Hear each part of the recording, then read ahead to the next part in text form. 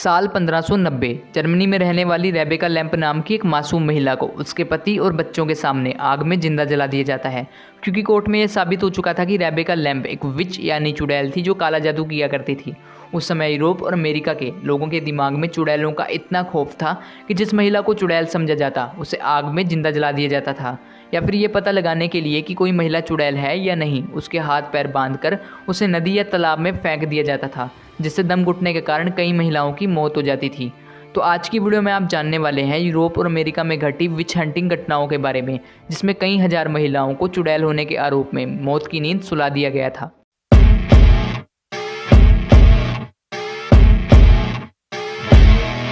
विच hunting जो उस समय यूरोप और अमेरिका में एक आम बात मानी जाती थी। विच हंटिंग के नाम पर महिलाओं को मारने की शुरुआत यूरोप और अमेरिका के इतिहास में एग्जैक्ट किस तारीख या साल को हुई ये कहना थोड़ा मुश्किल है, लेकिन हिस्ट्री में कई ऐसे रिकॉर्ड्स मिलते हैं जिसके मुताबिक 14वीं से 17वीं सदी के बीच में यूरोप और अमेरिका की कई जगहों पर लगभग 60,000 से भी ज़्यादा महिलाओं को विच होने के आरोप में मार डाला गया था। महिलाओं को विच यानी चुड़ैल समझना और उन्हें बेरहमी से मार डालना, इसके पीछे उन लोगों के कई कारण थे। जैसे उस समय यूरोप और अमेरिका के कई इलाकों में लोगों के पास कोई खास अच्छी एजुकेशन नहीं हुआ करती थी, लोग ज़्यादातर अनपढ़ हुआ करते थे। कई अज्ञात बीमारियों के चलते लोगों की मौत हो जाया करती थी। वो लोग ना इन बीमारियों का नाम जानते थे और ना ही इलाज, बस वो लोग ये जानते थे कि सबके पीछे डेविल यानी शैतान का हाथ है, क्योंकि वहाँ रहने वाले ज़्यादातर लोगों में ये अंधविश्वास फैला था कि इस दुनिया में भगवान के विपरीत डेविल भी एग्जिस्ट करता है, जो दुनिया में होने वाली हर बुरी चीज़ के लिए जिम्मेवार है। उन लोगों का मानना था कि डेविल कुछ गिने चुने लोगों को ही अपनी काली शक्तियाँ देता है, जो भगवान को छोड़कर उसकी पूजा करते हैं। इन लोगों को विच या विजर्ड्स कहा जाता था, जो अक्सर बुरे माने जाते थे, जो अपने काले जादू की शक्ति से लोगों को मार डालते थे। उस समय लोगों के दिमाग में विचेस का इतना डर बैठा हुआ था कि अगर इलाके में किसी की फसल खराब हो जाती या फिर कोई बीमार पड़ जाता या फिर किसी इंसान की मौत हो जाती, तो इसका मतलब होता था कि इलाके में किसी विच के काले जादू का साया है। फिर कई गरीब, लाचार और बूढ़े लोगों पर विच होने का आरोप लगाकर उन्हें फांसी पर चढ़ा दिया जाता। तो कई जगहों पर आरोपियों को आग में जिंदा जला दिया जाता, क्योंकि आग में जलकर मरना एक बहुत ही दर्दनाक सजा थी, जो कि एक विच के लिए बिल्कुल सही मानी जाती थी। यहाँ तक कि कई छोटे बच्चों पर भी विच होने का आरोप लगाकर उनके साथ भी कुछ ऐसा ही किया गया था। उस समय यूरोपियन और अमेरिकन लोगों के दिमाग में विचेस को मारने को लेकर कितना पागलपन सवार था, उसका अंदाजा आप इस बात से लगा सकते हो कि उस समय विच हंटिंग को लेकर कई किताबें भी लिखी गई थी,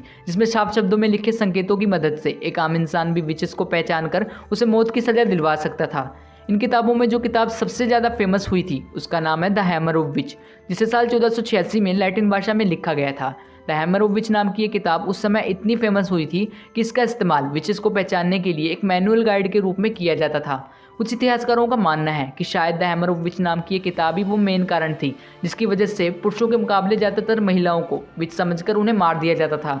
क्योंकि इस किताब में ये साफ लिखा गया है कि महिलाएं पुरुषों से कमज़ोर होती हैं, जिस वजह से डेविल आसानी से उन्हें अपना शिकार यानी कि विच बना सकता है। इस किताब में कुछ ऐसे ही बहुत से अजीब कारण और संकेत बताए गए हैं जिसकी वजह से किसी भी मासूम और निर्दोष महिला को भी विच समझा जा सकता है। जैसे इस किताब के मुताबिक किसी महिला के शरीर पर कोई बर्थमार्क होना, जैसे कोई तिल, या उस महिला का अकेले में अपने आप से बातें करना, इस बात का बहुत बड़ा सबूत है कि वो महिला एक विच यानी चुड़ैल है। सारा गुड नाम की एक बूढ़ी महिला को साल 1692 में इसलिए फांसी पर चढ़ा दिया गया था क्योंकि लोगों ने उसे अकेले में अपने आप से बातें करते हुए देखा था। जबकि इसके विरोध में सारा ये बार बार कहती रही कि वो बाइबल में लिखी कुछ पंक्तियां पढ़ रही थी, लेकिन किसी ने भी उसकी बात नहीं मानी। अगर कोई आरोपी महिला विच होने से इनकार करती थी तो उस पर बहुत सारे टॉर्चर और टेस्ट किए जाते थे ये पता लगाने के लिए कि क्या सच में ये महिला कोई विच है या नहीं। जिनमें से एक टेस्ट था द वाटर टेस्ट, जिसमें आरोपी महिला के हाथ पैर बांधकर उसे नदी या तालाब में फेंक दिया जाता था, क्योंकि उन लोगों का विश्वास था कि पानी भगवान की एक देन है और अगर आरोपी महिला एक विच हुई